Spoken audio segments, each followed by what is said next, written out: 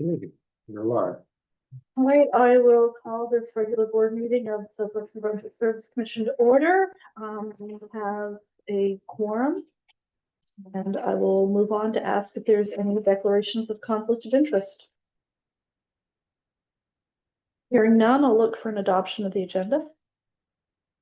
Move that we adopt the agenda as presented today. Second. Moved and seconded. Question? All those in favor? Contrary minded? Motion carried. We have the adoption of the minutes of the board meeting of June 26th, and they're in the package.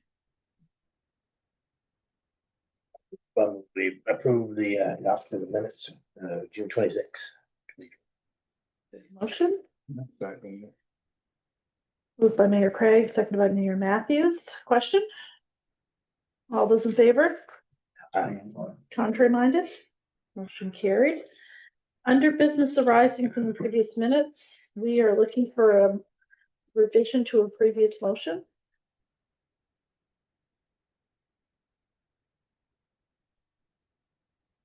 Somebody like to read the motion? That's the one under the new business? Yeah. Yep. Business rules. I'll make a motion to give notice. of No, the one above that. Geez, all right, I'll try this one. I'll do the motion to revise the motion, 25-29 transfer $1,357,000 from the capital reserve to the operating account for purchase of landfill compactor. Would be $1,230,574.47 to make the amount reflective of the purchase net of HST rebate. Who heard the motion? Do we have a seconder? Second. Seconded. Question? All those in favor? Contrary minded? Motion carried. Under new business, we have the draft budget presentation for the 2026 draft budget. You do it. I'm going to share screen so the public can see it.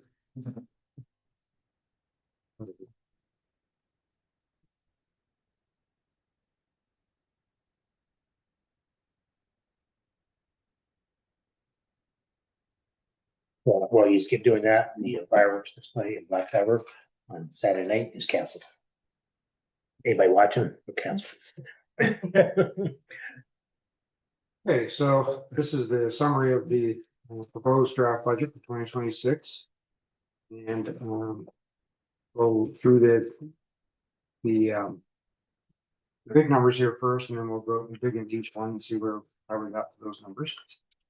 So solid waste services, the budget for 2026 is going to be in revenues of $5,056,000. This is about $400,000 more than 2025's estimate. Working planning, the budget's going to, the revenues are going to have to match $1,039,227. Proper regional planning is supposed to be 61,000 as opposed to 6,000 we were in 2025. Regional tourism promotion, the budget amount is 213,047, and in 2025 they were 525,100. Economic development, the revenue we're estimating 715,590. 2025 was 697,000, 697,561. Community development budget will be 400,359. 2025 budget was 365,154. Regional transportation, the budget is 73,166, and 25's budget was 173,231. Public safety committee budget's going to be $3,600 and change, as opposed to 15,000 in 2025, and our sport, recreation, culture, infrastructure, support and development, which is cost sharing, is $802,000 in 2025, 793. We have expenses to match each one of those amounts in our budget. So one of the things that gets split out to all of the budgets is our corporate services, and the corporate services covers the overhead, and it covers people like me, financial folks, several other expenses. And that is going to be increased to 875 from 766. One of the reasons there is because we are adding a person that's going to be a corporate employee, not specific to one particular silo. These expenses get split out. There is no revenue for corporate, so the only revenue comes from splitting it out into the other budgets. See the allocations below that of that 875, how we allocate that. So cooperative regional is 50,000. Local plan is going to be 153,000 of that. Solid waste service is going to be 366,000 of that. Regional tourism promotions heavy at 103 because this resource is going to be heavy on the tourism piece, and I will get to that a little bit later. Economic development, 8,000. Community development 82. Little bit in transportation at 19. A little bit on public safety committee, and we have reduced the amount for the recreation cost sharing. It was 34,000 in 2025. That is really just an accounting exercise at this point. So we eliminated all the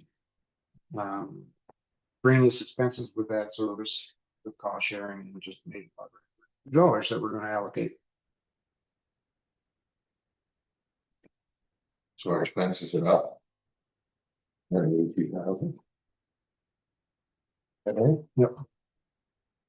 So I'll go through the I'm not going to go through every single detail here, but I'll go through the services so you can see where we're getting to these budget.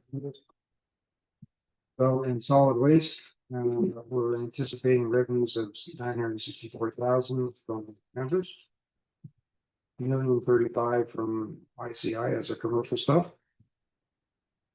Construction and demolition would be 100,000 probably. 812 from other RSC, and our foreign waste is probably going to be 1,091,000 is what our estimate is. And then some special waste and a few other income. We have a surplus going into 2026 of $718,000, so that factors in, which is one of the reasons that budget's a little higher. So a total budget of $5,056,000.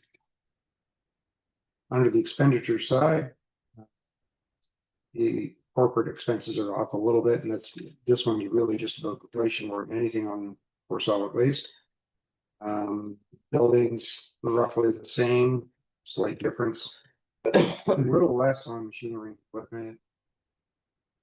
Landfill operations, just slightly less than what they were in 2025.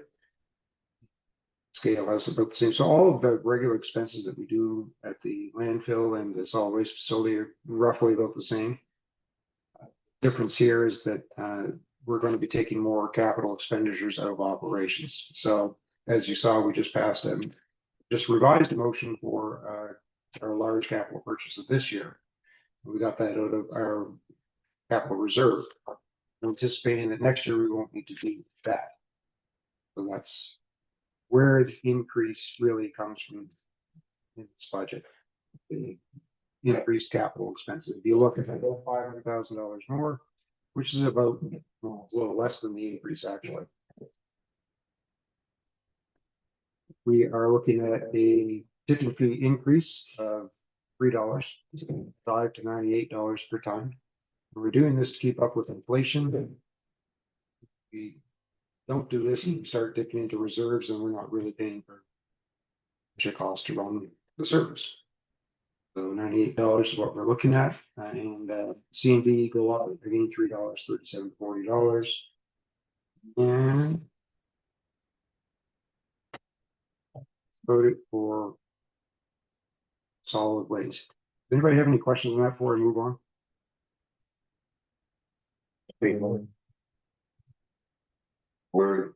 So are we gonna see the savings, or is that washed out by other things Savings of what? that we talked about? How much, like, Are you talking- raise tip fees, it's gonna be like the new person, Right. 7 different fees roughly, and then you're gonna say 6 feet.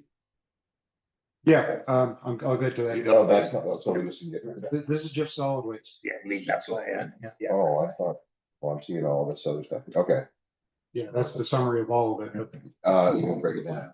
I think this is what you're looking at. This last one, right there. Yeah. Yeah. That'll change a bit though, because the tip of it. Yeah, I thought he had tipping fees in there, but they didn't. We're getting ahead of, we're getting ahead. Move on. Good to move on. So local planning for 2026. Really not a lot different here.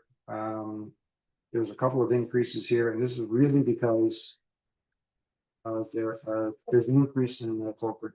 It's really, the rest of it is just basic inflation. We are going to take we have an operating reserve fund, and that reserve came out of unbudgeted revenue that we had a couple of years ago. Reserve fund, but we're going to use some of that to offset some of the increase. And it looks like you look at the planning fee rate per $100 of assessment, which I'm not a big fan of this number, but it looks like it's actually gone down slightly. So if you look at it on an assessment basis, it's 2/10 of a cent less ish, 2.5 pence of a cent less on that actual rate. So, but the service itself is unchanged. It's really not going to change dramatically. So, Okay, any questions on planning? Great. Move on. Cooperative and regional planning. Again, the allocation from corporate is probably the biggest piece of this that has increased this one. Gone from 26,000 to 61,000. There's really no other. We had a transfer of in 2025 of $5,200 into revenue, which we don't have again this year. So that's the difference there. Question on cooperative region. Cooperative regional is when our planning department does stuff for the region as a whole. It's not expense to any particular municipality. That's what it is. So here's the big change. 2026 is regional tourism promotion. In 2025, the budget was $525,000. 26 is going to be 200, over 300,000 difference all overall. There's a bigger allocation from corporate services because the new resources really going to be handling the bulk of the tourism activities that we need to get done. We have made a change in personnel, as you know, and we have budgeted for far less when it comes to advertising, public relations, and professional services. And so we do still have a budget there, and we can still meet the mandate. We can still do things but we're just going to do it in a completely different manner. And on that note, I just want to add that I will be meeting with the tourism committee myself, so we can kind of map out. I get their feedback on where the strategy is going to go, and I'll bring that back to you. So that's it for the tourism budget. Any questions on the tourism? Okay. Regional economic development. So because we were able to make the changes we made in tourism, it affected what we could do with our other services where we apply regional services support. So the actual budget for regional economic development for 2026 is slightly more than what it was in 2025. A lot of that has to do with an increase from the corporate services, but also because we are adding a resource there which is fully funded, so it looks like a bigger budget, right? So this is our ZIP resource that we get funded from government. So that kind of put an increase there. The start date of that is after government fiscal, which is why it's on a full year in there. But the good news is, with the changes to what we're doing here in the application of RSSF. The fees from members itself has gone from 56,000 for the region to 10,000 change. We're able to apply, it's largely government funded, the service now. We're at, I don't have the percentage, but we're looking at, I'll figure out the percentage, but it's very good. It's 1.5%. Okay, so 1.5% of the budget comes from members. So that's a success story, yes. But we're still going to do all the things. And we still have some budget there to be able to, well, we have to meet our mandate there, especially with the contract that we have with Federal, with folks secondary training, education, labor. Department of Health is also included in here, so we're getting some money from them. And that is actually producing some results. Yeah, there's a new doctor, there's another new doctor coming. That we were able to help out in there. But anyway, there's some results happening with that, which is good news. And the zonal immigration partnership thing, that's going to be a big help for the whole region. So new immigrants will have somebody to be able to navigate for, help them navigate all the systems and things that we have here. And that's kind of the intent.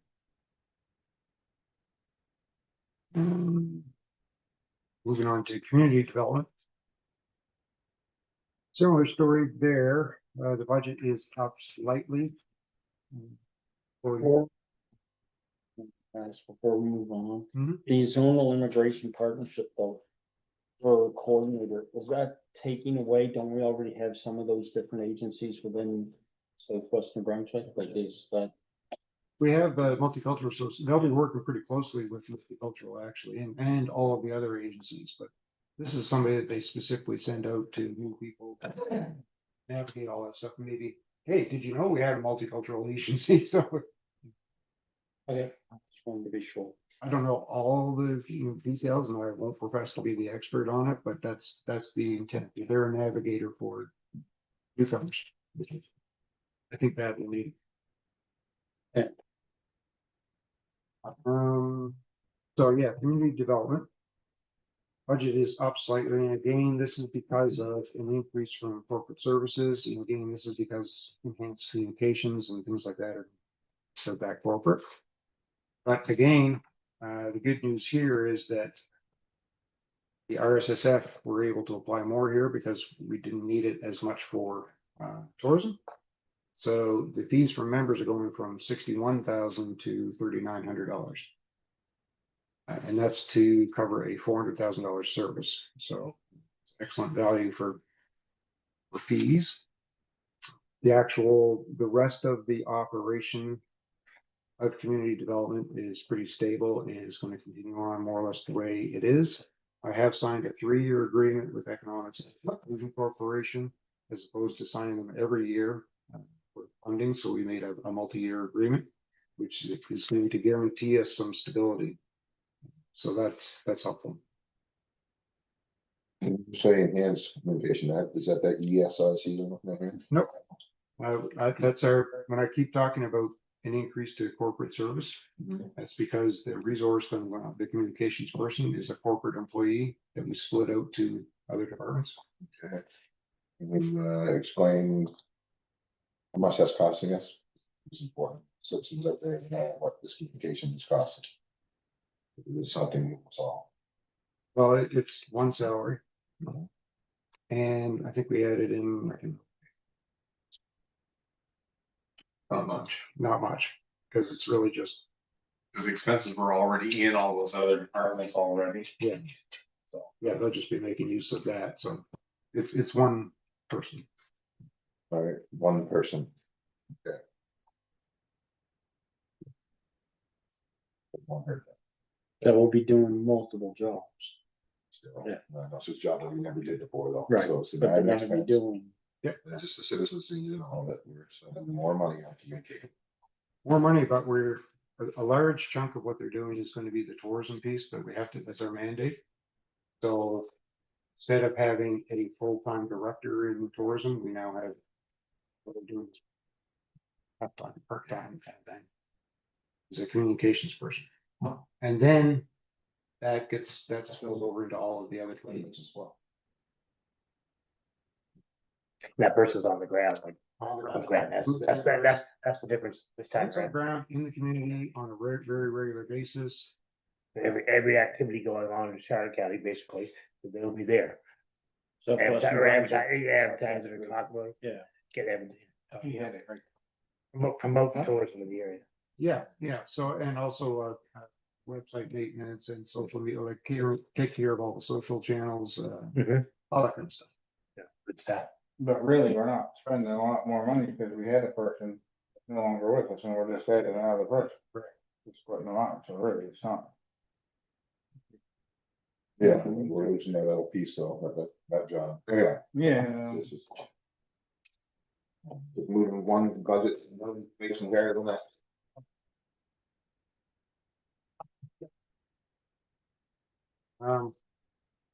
The regional transportation, you. For the 1 year, we did have a larger runoff in there because we. Stand for. Our. ESF, Regional Transportation Solutions Fund, which is a federal fund.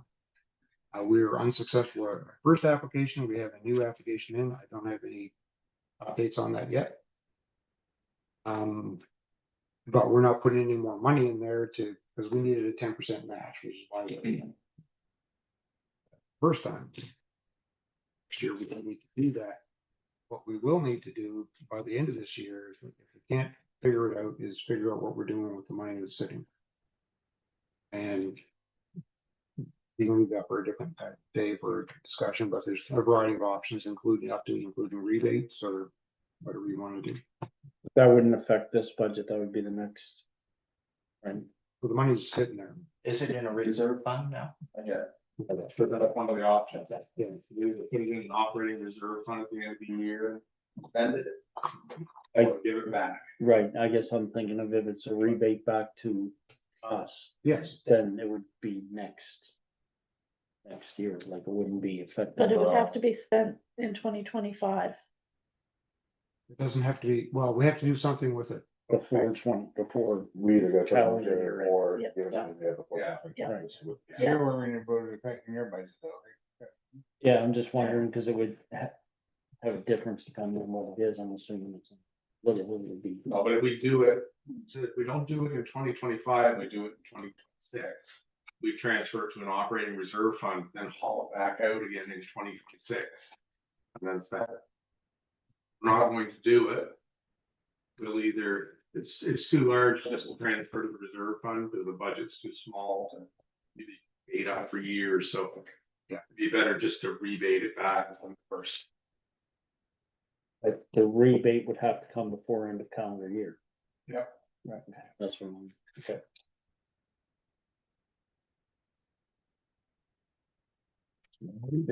Yeah, so in this budget of transportation, just so everybody understands, we receive money from Economic Social Inclusion Corporation for transportation, which goes back to Dial Ride. So that's what this $50,000 is. There's potential for more there, but it's not a guarantee, so we can't budget for it.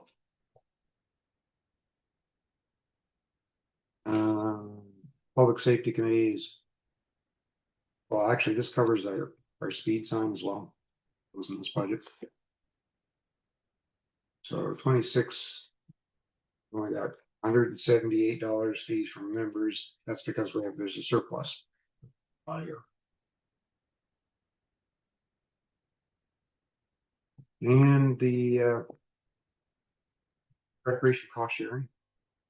So this year, back a little bit of surplus. Going to go in here, so you're getting back more than you're putting in. So the fees for members of $755,000 turns into $802,000 in rebates back directly to you. So you actually gain a little bit in 2026 on this one. Overall, some people gain more than others. So, yeah, so that's the summary of all of our budget.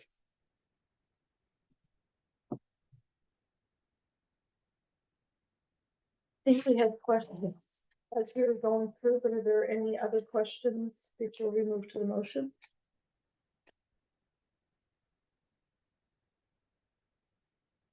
I think if there is anybody watching before we do the motion, it's important to note this is to send this draft budget out for consultation. We don't actually approve the budget until October 23rd. So it's not final tonight. Tonight just sends it out for the rest of the process.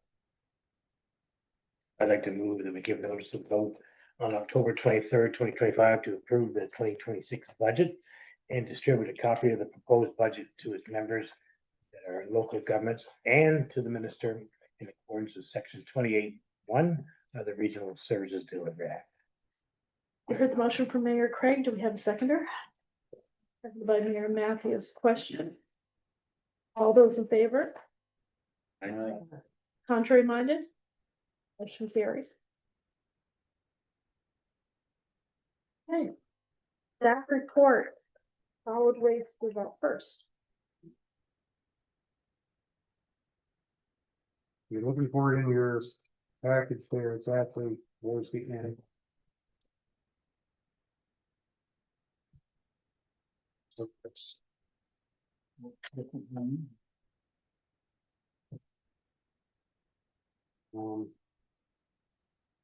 there was a couple of things here in solid waste, so the report from the director is ongoing activities, we're doing some tapping. They have completed dewatering the cell 14 area. What cell 14, for those that are interested, that's going to be the next row of cells. 11, 12, 13 is where we are at the moment. 11 is basically 12, we're working on 12 and 13. So it was kind of a swampy area down at that low part, so that's been finished. New landfill compactor was delivered, put in service. Couple of bumps in the road while we put it into service, but it's up and running now. And a couple of small fires were identified and extinguished. We haven't had to call fire department yet. A couple were on the working phase, and one was due to marine flares, and we didn't know about the second one. We had another one the other day, as I was explaining, it was animal. We don't. We have enough experienced staff on site to take care of that stuff quickly. There was a committee meeting. Technical Advisory Committee. At the committee meeting, what we're doing is this has been done now, but we're renewing our certificate of operation. There's a couple of changes that had to be made to some technology definitions. Some of the changes were our weekly sampling we are doing in-house now. Not the actual testing part, but the actual sampling location. There's 27 nested wells on the site. We do that in-house.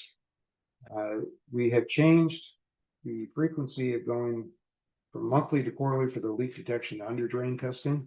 This was based on a recommendation from Gemtech. There's nothing of concern that needed us to test that monthly. And hydrocarbon screening, we're doing that.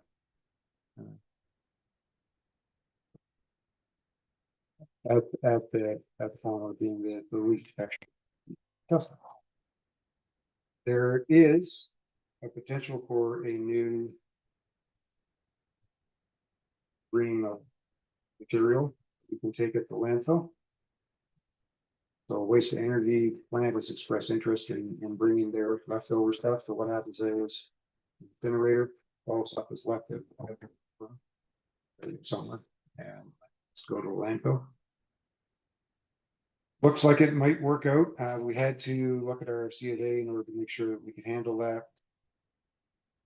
And it's going to include a little bit of changes to the monitoring of our leachate to make sure that there are issues ongoing.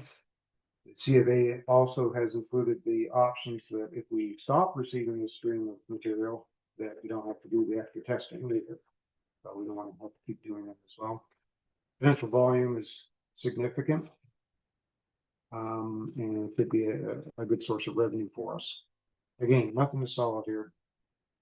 Nothing is signed, so I'm not going to budget to this or anything else. It is a good news.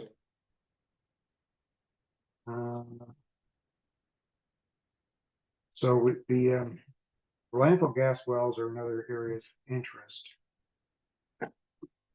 We've been trying a couple of, these were sort of experimental at first, but what a regular well would look like, the same with drilled water well at your house. It's a straight up and down pipe. Instead of doing that, which was the traditional way of making these wells, the idea was to lay it along the slope to capture all the gas floating up through the slope. Seems to be working out extraordinarily well. So we've done a couple of those and we've gotten a lot better volume that way apparently. So and this wasn't really done elsewhere. They were doing different things. Everybody's trying different ways to capture as much landfill gas as possible. So that is working out. What the committee would like to see, I agree with this, is that we do a formal engineering design of these things once we kind of worked out the bugs, and then that way we'll be covered for in the future. There's regulatory stuff comes in, we don't want to see how you're collecting it, and we can say we had an engineering firm, third party look at this, and this is an effective way of capturing the gas, that type of thing. You will see there is a request for a motion. It was not even in the report. Talked to Mike about this today, and I said, we can't really make a motion. Yeah, motion recommendations. Recommendation is made, formal engineering design to carry out, complete the well field expansion. But I don't want you to make a motion tonight, so we actually get more details on it. Because I can't answer the questions to do that, because I have no idea what the cost or that kind of stuff. I chat about it, so there will be a motion request coming. But I really think you need more details before I can do that. You were at that. Yes. Otherwise, yeah, so the landfill compactor is there now and up and running. We are moving our GPS system from the cat to the building. Guess that's it for that report. Questions? The two fires that were identified, were they extinguished with the water truck that's out there? Yeah, one of them, at least one of them. I think it's just good to note that since we bought it and it's just, I think we've used that yeah. eight or 10 times Yeah. now. It's just where we're live, just so the public knows that. Since that big fire last year. My fire department said, I don't think we called the fire department. That's good. That's because we brought that thing up, we take care of that quickly. Because In the corner, so I forget the camera that was going. the camera is catching them, but the least, the less we can call, that we have to call fire departments, especially this summer, the better. That's why I asked, Yeah. because I think that's another good news story, that no matter how big the fire that's utilized, then that's fire trucks that are staying in their own community. Yeah, no, they keep it maintained, they keep it ready to go. I bet you it's 8-10 times we've taken that out now. Nice. I don't, sometimes, no, I've asked them we're doing comprehensive fire reporting now, internally.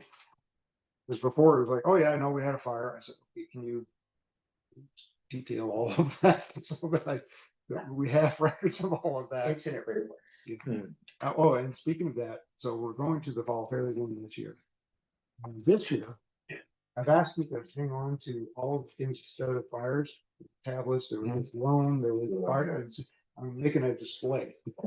All the stuff that caught fire. And flares.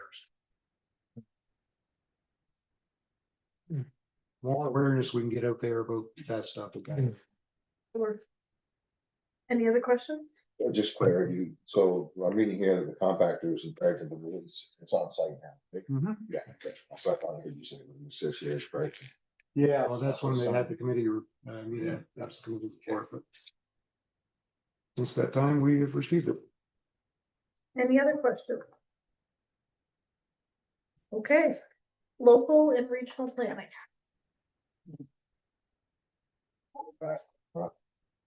Yeah.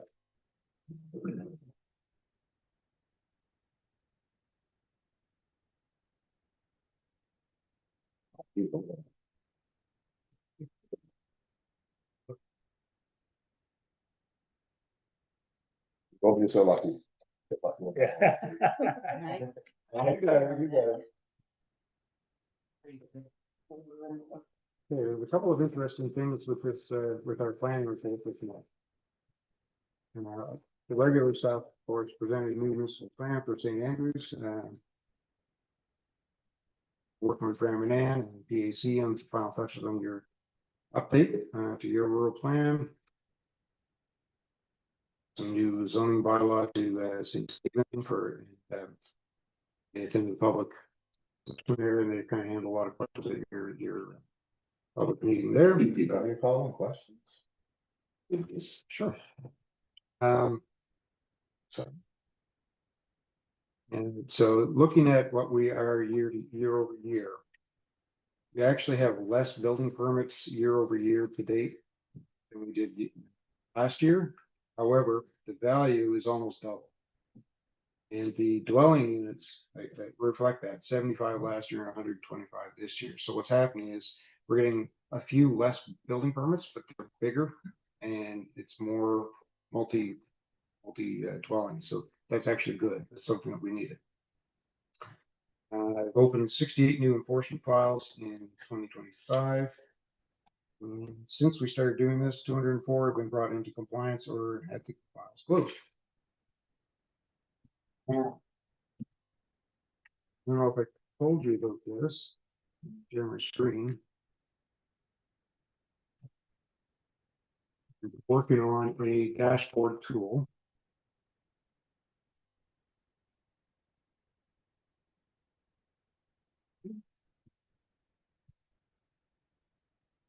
And it's now up and running. We're going to embed this on our website. What happens here is you can see this is our whole region, and you can see all of the value of construction, how many dwelling units were made, you know, it kind of breaks down, but you can zoom in. So if I zoom into Fundy Shores, we'll change to whatever that is. And you can see how many dwelling units.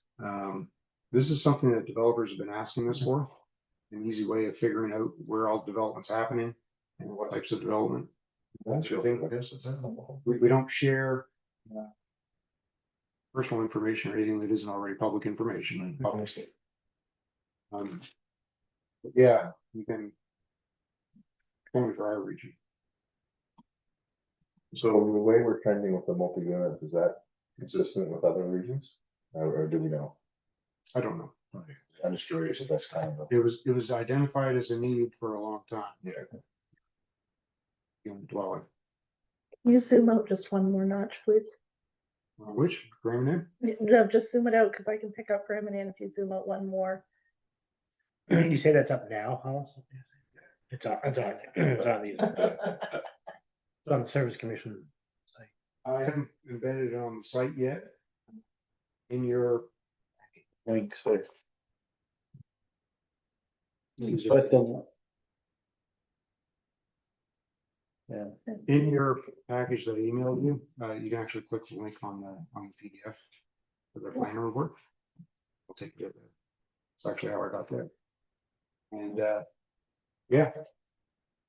So this will always be year to date. It's a handy tool to find out what's going on where, what types of developments are happening, but it's really helpful for developers. See where things are happening. You can zoom right into pieces. It's not just like one town, you can part of the town you can see. Go right down the street level. So That's pretty cool. yeah, but this will be for everybody. It'll be on the site for whoever. Okay. yeah. We just did this in house. It didn't cost. So we already had the data. We already had it. So it was just a matter of piecing it together, putting it together in GIS. Make it sound so easy. It's live now. I'll put it on the site.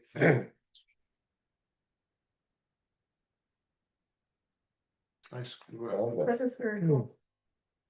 Is there a way that we'd be able to link that to our website? So, Yeah, the link that I just opened, Mhm. you can embed that on your site too. Okay, Not a bad idea. Public info, so. I can, I was gonna say, I can email you the link if you want. Yeah, if you don't mind, that's great. I can just send it out to council. Okay, so Report. I have a kind of a committee report from PrAC, so they've met 7 times. Approved on the 5 sub division, approved, that was in July and August, 1 variance case reviews. And so the other bigger thing here is that PrAC met with, the part DPI training session on how the land use authorities can administer antenna siting protocols. I've included that kind of information in the package. I'm not going to read through it because it's a fairly lengthy document. But the idea here is that when there's an associated motion, so there's a letter here from PrAC. I'll read for public benefit. The Board of Directors, I am writing to you today on behalf of the Planning Review and Adjustment Committee to give our written views on the proposed Southwest New Brunswick Service Commission antenna siting protocol, which is a very similar protocol to those used in other regions. Our committee had an opportunity on August 11th to discuss the antenna siting protocol with a representative from the government of New Brunswick, which was DTI, and planning director to explore taking on this service in the areas that are served by PrAC.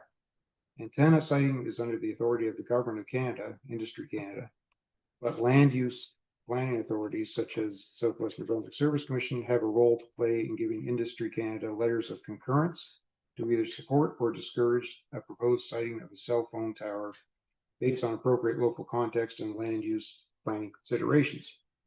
So back in June of 2013, the PrAC recommended that SNBSC Board of Directors delegate this land use authority to the Canadian Radio Communications Information and Notification Service, otherwise known as CRINS. The third-party organization was set up to handle this service on behalf of land use authorities across Canada. It is based out of Ottawa and was designed to be free of charge to participating members. However, for various reasons in recent years, a large number of land use authorities in New Brunswick have backed out of using CRINS and started offering the service directly at a regional level. This appointment and protocol adoption would only extend to the rural district and those member municipalities which PrAC serves, not Grand Manan or St. Andrews, but I'll get to you in a second. The PrAC believes that if our committee took on this responsibility, we could speed up approval times. We believe it's important for public safety that this region has increased reliable cell phone coverage in both rural and urban areas. So there is a motion, and I that on your agenda, same motion, but just worded differently. I do want to address the Grand Manan or St. Andrews thing. The reason is because PrAC, you have your own PACs, but you can still do it there too. So just guide your PACs there as well. Would we need to Your PACs would have to, adopt this policy? right, Okay. Cool. well, we can guide that, and that's easy. Isn't that one more, most of the problems are? For that coverage. St. Andrews. Yeah, well, this will just help when there's an application from Rogers or Reliant, to put up a tower. It comes through us, it comes through the PrAC, and then the planning department, and they can kind of get that approval done quickly. Assuming it's appropriate. So we'll be faster. Moving along, is that? At the end of the day. All right, I'll move that the SNBSC after CRINS, notify CRINS of the decision and appoint PrAC to serve as the designated land use authority to provide letters of concurrence with Industry Canada and adopt the proposed antenna siting protocol. You heard the motion from Mayor Craig. Do we have a seconder? Seconded by Mayor Caldwell. Question? I have a technicality question. I can't vote on this, nor can Kate. Is that correct? Because it doesn't impact us. As a board member, you should be able to. but we're not served by PrAC. Yeah. You're not, Here, you're not, no, you're here's not the mayor. served by PrAC, but there's a director of the board, which PrAC is a committee of. Okay. Yeah, so you can. And also you are proposing that at the Regional Service Commission, of which you're a director, take on a responsibility, which in order to become effective in your area has to go through your PAC. Just so long as Yeah. I understand what I'm supposed to be doing or not. Yeah. Perfect. Yeah. Okay, any other questions? So my only comment is this speeds up the process of better cell phone service in Charlotte County. You got my, you got my two votes. Is it two votes? I get one. I'll take one. I'll take one. Well, I never know. At the end of the day, if it moves it faster, I tell you this, cell phone service in my area has gone down. In the summertime is bad. I don't know if it's because of so many tourists in the Grand Manan, going to Grand Manan, sitting at the wharf, they're all on the cell phones, waiting for the ferries, the cell phones. During the daytime, it's almost impossible. You can watch the cell phone service drop when you're sitting in the parking lot, more people that show up. Exactly, that's right. That's what I blame it on. It's just Yep. everybody sitting there. And you know, at nighttime, you can pretty well get on your cell phone, but during the daytime, We it's have- hard. It's hard. We have a whole area of Chance Harbor, all Mhm. through there, all Musquash has none, like Yeah. none. It's like we've gone back to tin cans and a rope. Okay, so we have a motion on the floor. All those in favor? Aye. Contrary minded? Motion carried. Okay, So if you're interested, the whole protocol thing I've included in your package. Okay. It's not, it's that entertaining, but helpful. I can't slow any of the approvals down anymore from what they are, so it's gonna be good. Regional Economic and Workforce Development Report.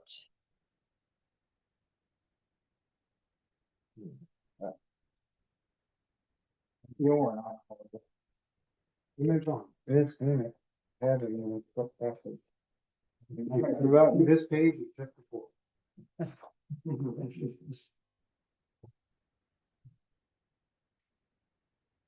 I did. Yeah. So the, You gotta put numbers on these pages. Order. Color coded. Make it easy. Kind of slow over here. iPhone one, too. So the 2025 regional workforce update is complete. There was increases in number of jobs, median salaries, and number of businesses operating across the region. I'm not going to go through all of it, but I've included all of the information from those, which is that graphic that's right on the other side of that page. Q2 saw HR support provided to 16 unique businesses through the PHRS contract that we have. This is a mandate to help stabilize organizations with some HR help. Some when contract drafting, some support when with terminations, some other HR training. There's going to be a learning series in the fall to further assist regional employers to be legally compliant. Planning is underway for fall regional employment fair. There's currently 190 jobs openings across the region and more than 60 unique employers. And there is planning underway for 2 youth opportunities expos in early October, one in Grand Manan, one in St. Andrews, which will include employer expos, interactive NBCC trades, entrepreneur panel, as well as financial literacy and AI, piece on AI. These we've done in the past. I was talking with Charlene a couple of days ago. She said she wants to make these more interactive and more, because they're all students, right? You need to keep them kind of going through and keep their attention. It's not just people attending lectures. So there'd be more than 100 from 9 to 12 in Grand Manan and 300 plus in grade 11 students.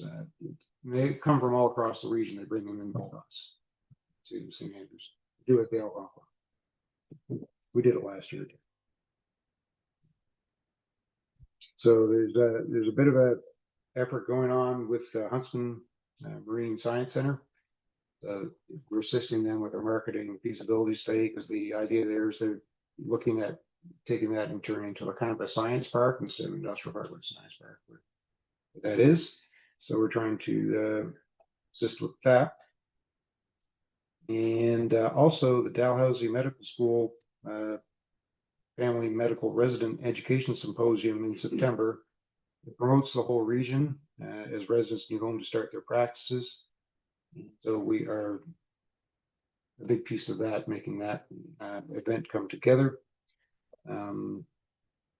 There is, we provide some short-term housing support, and this is what I was talking about earlier. There's a second new position intending to start practice in St. Stephen. And there are moving patients from the outpoint over to Dr. Tabor.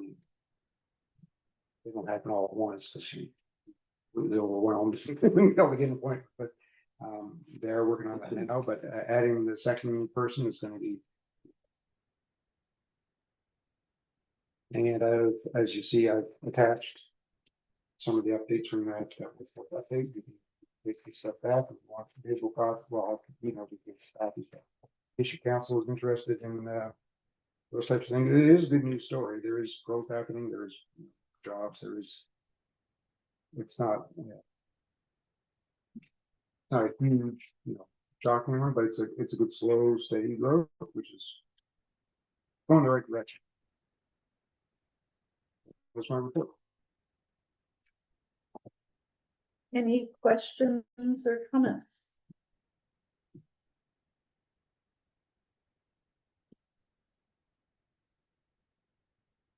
Okay, so next up is community development. Christopher? Oh, cheers. Get it. Come here. If you want to make up right there. Okay, so in community development, there's been some lunch and learn, it was a lunch and learn session for resiliency funding, and they plan to offer more sessions like this coming up for our resiliency money that we have and how that gets handled.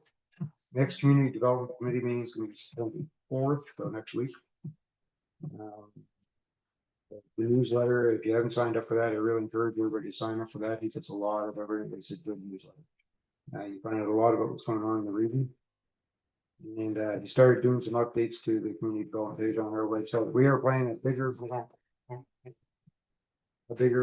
update on our website later on. They've been going back and forth between Horizon and between OPT4 and community health needs assessment, and then resiliency. What they're trying to do is figure out how not to duplicate each other, how to cooperate instead. So they've done a little bit of that. Some of the areas that they've identified for priority was food security, supporting some training programs to be culturally sensitive, trauma informed, respectful, and stigma free, and supporting nonprofit sector social enterprise in the region. So the resiliency funding intake is closed. There were 15 submissions, and they're currently reviewing those. The ESIC community action funding starts next September 1st. So that's when they start looking at there's applications for the small grants that the community groups have, and so those applications open up next week. In transportation, again, we have 3-year agreement for Battle Rod, and we're still waiting for the application update on the Rural Transit Solutions Fund. And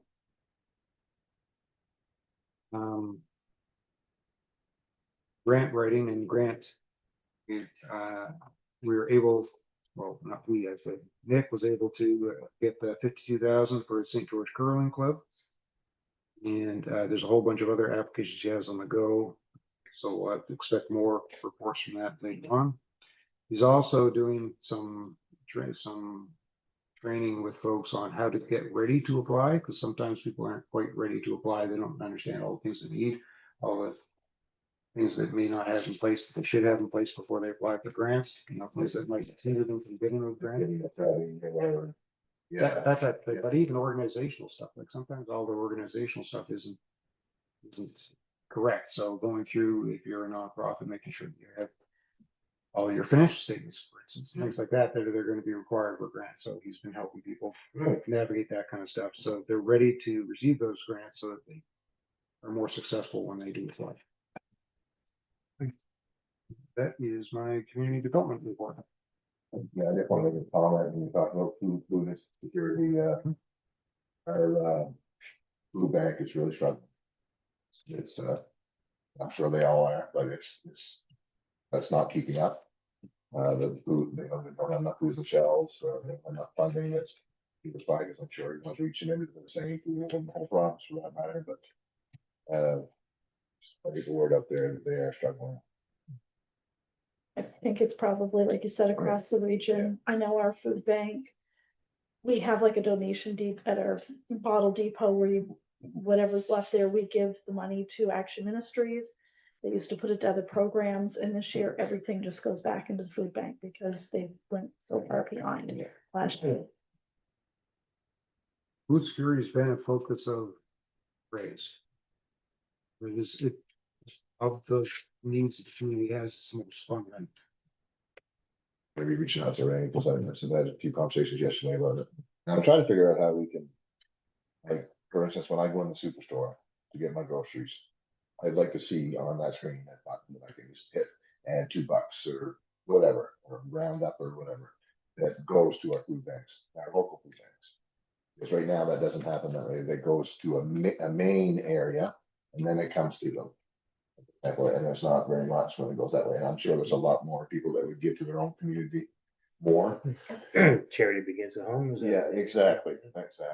So I'd like to see, I don't know what. They just have, well, maybe not there, but I have seen places at the end of the cash register where there's a box. Yes, they do that. Yeah, I don't know if they're still. So. At Superstore last week, I was in, they were doing a drive that day for the food bank. They were giving out lists of things that if you wanted to donate, these are things that they urgently needed. Mhm. And, if you picked up one of them, threw it in your cart, and then on the way out, they were collecting at the door. They'll do up packs sometimes at home, like at the ABC Independent, and it's like for the food bank, like so you buy whatever is in the bag and it goes in the box at the end of it. Also pre-bag. Oh, Yeah. I'd like that, because I don't even know sometimes what to get. Right, it's like, so they sort of They say, do have them. yeah. Yeah, the independent, does that, yeah. Yeah. $5 bags and $10 And then I bags. have some 20 Pick from Yeah. again for the food bank. Yeah, Near the checkout. Superstore, I think, every year. Our independent does that. Does yours? Yeah. Yeah, I do. This is brought to you by PC. Name? Miss Evan. Apparently that's what's in our community. Yeah, that's what we have, but I can get it. Yeah. Problem is, here in November or something, they skip the shipment. Have to, like, or whatever, the food element there, place, there's one week there, I think it's just a week, they don't get a shipment, so. About a month. Yeah, And that's where all our food banks are fed from. It's like a food depot, it's called. Food element, yeah, anyway. Yeah, Yeah. or I might not have that right. but- I know my wife runs one home, and we've been talking to Emily at her, and they was even talking about maybe doing a JCH or something like that. My mind was going there too, so maybe we should talk some more about But the that. only thing I think about, I mean, they could be all the food banks, the only thing I think about then we're. I always hate the JCH thing, cause they're taking so much money, some people can't, they maybe shouldn't be playing, and they do, but I guess it's 6 of one, half dozen the other. Not that, it's gonna be something else. Well, that's the thing, too, I mean, if they wanna gamble, then they're right up the street here and do Yeah, it. exactly. So I guess- Yeah. I want to say thank you to Nick for helping out the St. George Curling Club. As we all know, recreation is important to the, not just for health, but also for mental well-being for people in your community. And St. George Curling Club is separate than the municipality. They're independent, and they're doing very well. We try to help them as much as we can as municipality, but they're doing very well, and this right here definitely will help St. Jude. If we're doing shout outs before we leave the food bank, I have to give a shout out to the Kyle Drifter who did the cold plunge challenge on Graham and Ann. 100 days of cold plunging starting January 1st, and he raised over $50,000 for our food bank. It was really an incredible effort. Oh, that's- that was a good thing. Yeah, That's- so he was looking, he had a GoFundMe. And he had a lot of people by the end of it doing a lot of crazy cold plunges, but You jump off the wharf in January into the water, is it? every day from January 1st till Sometimes sometime. he'd be in a stream, once he went to St. Andrews, I Yeah, think, yeah. he's in St. Andrews, Wow. they went to the beach, like he's done, he did it all, like for 100 days, which Wow. more power to him and the people that did it. So, She just said she couldn't, but the license to try to do it, she's not even talking about it. All right, well, it's, But maybe we could add all that, maybe once we get this Yes. started, maybe we ought to do all the food banks. Yeah. You know, like they do with the sports teams, I know that helped us, with our, like, not every time that somebody up here done it, but there's been different times that somebody home would sell. I think it was the hockey team this last time, like, because there was two people. I think it helps, so, because they donate some stuff to school and it takes the pressure off. Everybody else has to donate to the school. no, I'll talk more about it. Yeah. Well, if you want to approach a regional. Talk to Ray. Yeah, I am about the right, I like the, I like, where we're going, maybe he can. Focus together somehow, yeah. okay, I feel we went down a good Oh. rabbit hole there, but we will circle back to the CEO report. Hey. Won't take too much time. I do want to call your attention. I always have this graph on the front page of the CEO. So, Last 4 pages, thank you. It could be Kate, yeah, if we want it.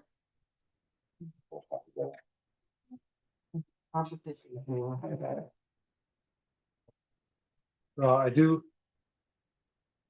That bar graph I always have on there. But I do want to note that, so I always have my totals at the end of July. We were pretty close to where we were last year this time, and then of course 2023 was much higher. However, if you look at June and July on their own, note that we are year over year better than the last 2 years. So we are seeing a bit of an upward trend right now. I don't want to say that's going to last forever or anything, but it's a good sign. And we put the stats on there for all of our planning trials and break that down. I know we broke down, and you can see there's things on a map that I'll send you the link for, but see the various different types of applications, permits and things like that. Where that is, and our website, for some reason, is picking up. Traffic seems to be on the upward trend as well in July, so. Not for me doing anything out of anything different, but it does seem to be picking up some more traffic. And other news, I think I've already covered most of these actually. We already talked about tourism.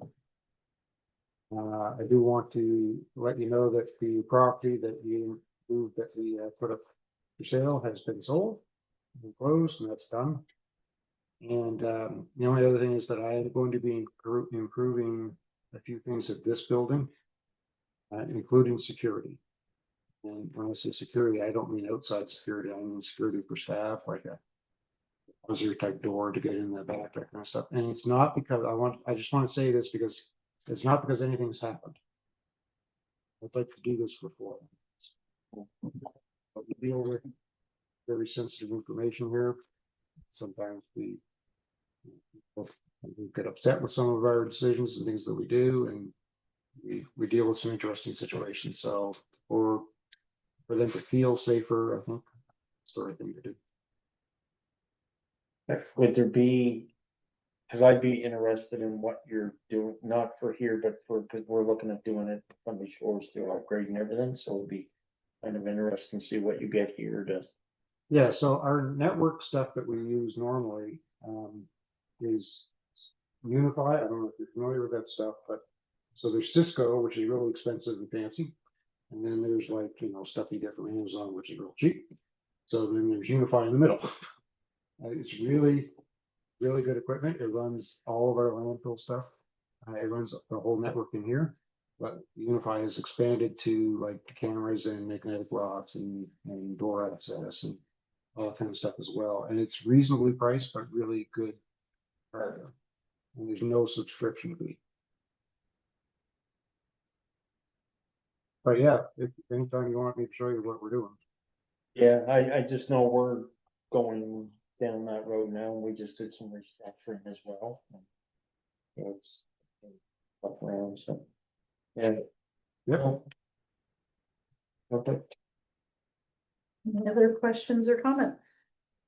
I only have one other thing. I haven't sent it out to you guys. Because I was supposed to send the official invite last week. There is a meeting coming up on the 18th September. And it is the Minister of Public Safety and RCMP. I have booked it at Garcelon Center. I don't really have a lot to do with this one, but It's a good location. That's where we had it last year. Yeah. With the local camp, over M&M. I tried for John's place, but it was booked. John, He doesn't say that. We're just very busy. We have a lot of yoga. I'll be sending out the official invite soon. You can tell I don't teach that.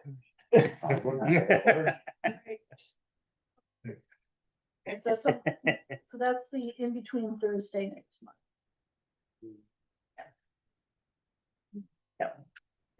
Yes. Okay, oh, and we have a financial report on the agenda as well, sorry. I found a piece of paper. Yeah, I found that one quick.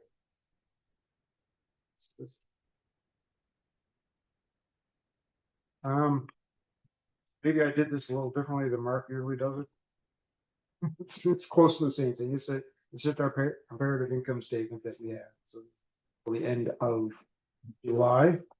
And what I did on the sideways, I put percent of budget. So on the revenue side, it's good if we're higher than 58.33, and on the expense side, it's good if we're lower at 58. Target being 58.33. The budget would be the end of July. And there's nothing that I see there to call your attention to.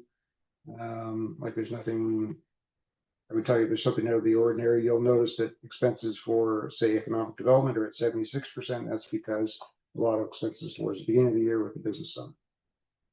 But overall, our total revenue is at 59% and expenses at 54%. And we're sitting at a $451, almost a $452,000 surplus.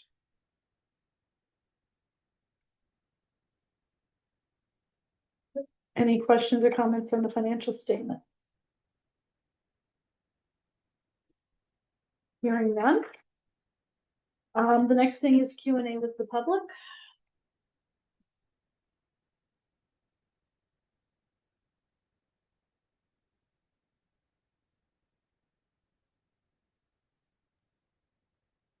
Don't have any. So upcoming meetings, we have our committee of the whole on September 11th. The one with the Minister of Public Safety and the RCMP on the 18th, and then on the 25th is our regular board meeting. So then I'd be looking for a motion to adjourn. So move. Good, thank you. The committee of the whole, the board meeting on the 25th, it's right there on the bottom of your agenda. And then the Minister of Public Safety is on the 18th. That's not confirmed, but looks like it's going to be. Okay. Yeah, sure, yeah, 18.